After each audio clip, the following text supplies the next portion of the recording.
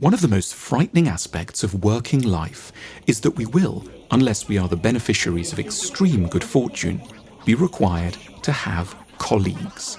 The colleague is a creature who, endured over any length of time in situations of high stress and procedural complexity, presents one of the greatest threats to calm, composure, and soundness of mind.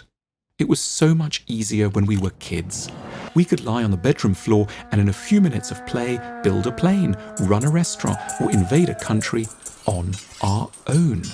The problem with colleagues starts with the fact that they can't guess what we want. Everything needs to be explained to them, often very slowly and repeatedly. If this were not bad enough, many colleagues are at high risk of disagreeing with us about many things. They turn out to have a host of contrary opinions, their own quirks, pet peeves, and obsessive interests. And yet worse, they are very sensitive. If, lo and behold, we have to manage them, unless we speak to them in the right way, they'll become offended, develop grudges, start to cry, or report one to a superior. In the good old days, you could just shout. When most work was physical, management could be abrupt. Emotional distress didn't hold things up.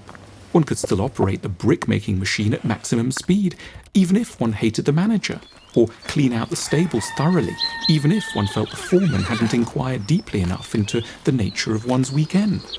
But nowadays, most jobs require a high degree of psychological well-being in order to be performed adequately.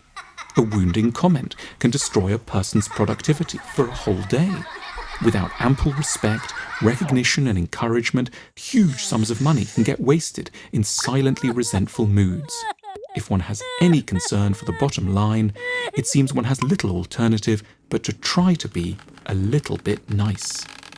Work relationships are no less tricky than romantic ones, but at least in the latter, we have a basic sense of security that enables one to speak one's mind and make the necessary cathartic moves, to call them fuckwits and compress a range of ideas in the occasional expletive-loaded outburst.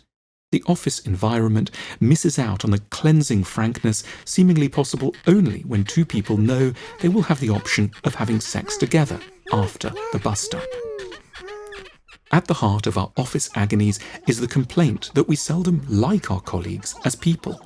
In a better world, we would be unlikely ever to want to spend any time at all with such disturbing and often unlikely figures. We shouldn't be surprised by our daily discomfort, given that these people were never picked out on the basis of psychological compatibility. We were formed into a unit because they had a range of technical and commercial competencies necessary for a task, not because they were fun lunch companions or were graced with a pleasing manner. We are like the unfortunate bride in a power marriage in the Middle Ages. A princess would be obliged to marry a certain prince because he owned an important lead mine, or the archers in his country were especially proficient. It would have been nice if the two liked each other a bit as well, but the stakes were generally far too high for this to be a relevant factor. The success of the realm depended on such matters as access to raw materials and military strength, not on whether the partner had a maddening giggle or a daunting overbite. To work well around colleagues requires not talent per se, but success at a range of dark psychological arts best summed up by the word politics. But political skill has woefully little in common with the reasons we were trained and hired to do our jobs in the first place. We may, as part of a good business education, have spent years studying the way to navigate a balance sheet, analyse competitors, negotiate contracts, and administer a logistics chain. But life at work requires quite different skills. The capacity to quietly accept glory for things that were not truly our doing. To distance ourselves from errors in which we were heavily implicated.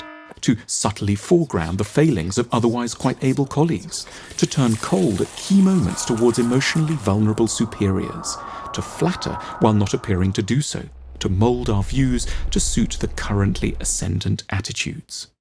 Our inevitable difficulties are aggravated by notions that offices are at heart really giant families, that colleagues can be friends, that honesty is rewarded, and that talent will win out.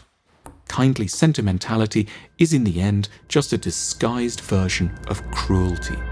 It might be a lot simpler if, in dark moments, we could simply admit to what we know in our hearts. that it would obviously be a great deal better if we could be shot of the whole business of colleagues and could instead spend our days, as we used to do so well, on our own.